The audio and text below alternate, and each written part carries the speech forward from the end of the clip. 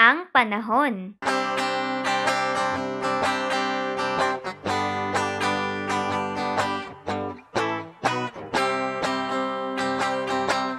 Tignan natin at pakiramdaman ang panahon, kaibigan.